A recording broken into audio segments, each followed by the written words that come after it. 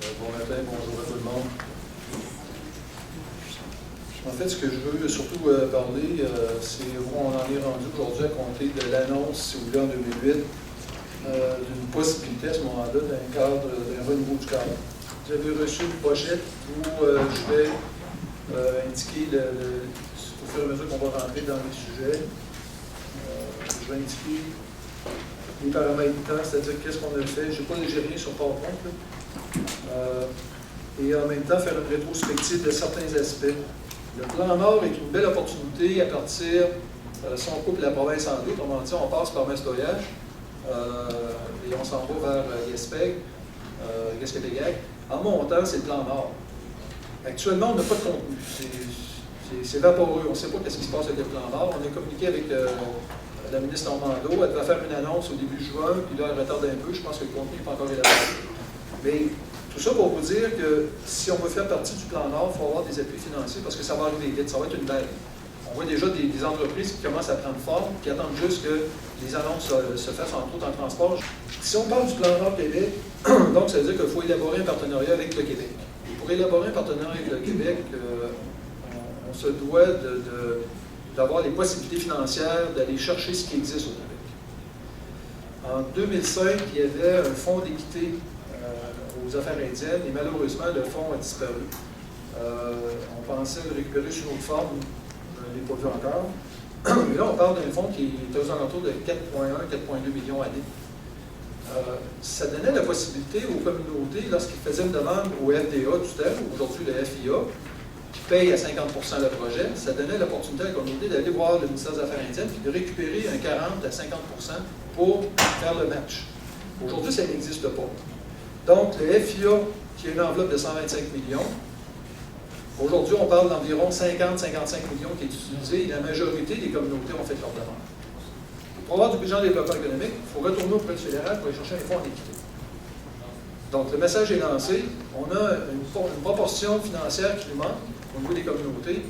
Et à mon avis, ça devrait faire partie du nouveau cadre, c'est-à-dire, un exemple, je vous donne un exemple, un fonds spécifié en équité qui fait en sorte que quand le gouvernement d'une région, quand on dit région, on dit province, est prêt à mettre un montant X, la partie affaires indiennes est capable, ou fédérale est capable d'en mettre un montant Y pour faire en sorte qu'on lève le projet.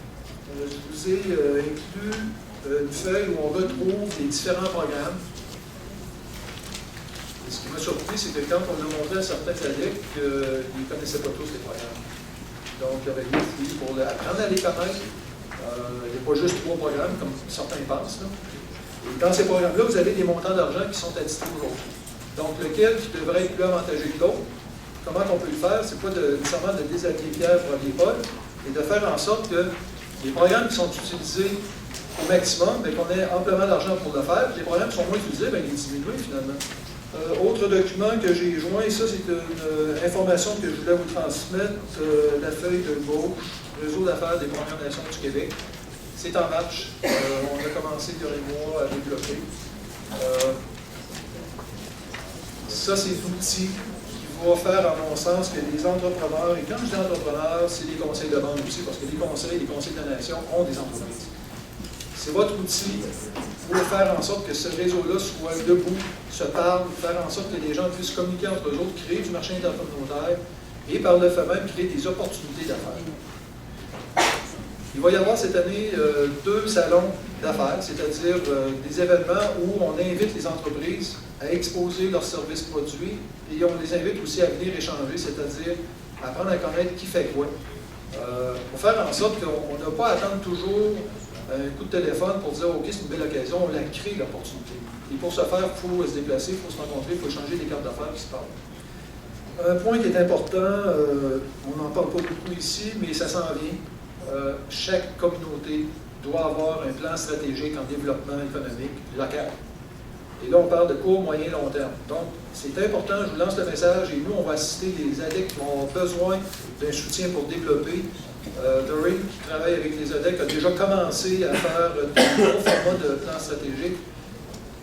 Dans la nouvelle programmation, dans le nouveau cadre, ça va être un des critères, si vous voulez, pour être éligible au financement. Avez-vous un plan stratégique? Où vous en allez dans la communauté? Qu'est-ce que vous voulez faire?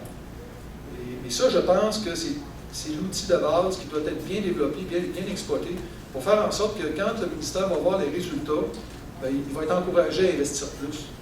À compter de septembre, on veut développer des clubs d'étudiants en entrepreneuriat dans les écoles Premières Nations. On a réussi, avec l'Association des clubs d'étudiants en entrepreneuriat, à rendre éligible secondaire 5, parce que ça s'adresse aux collégiales, cette forme de club. Et on a un projet à présenter là, prochainement. Là, on a une rencontre jeudi pour finaliser le budget, ensuite on le présente.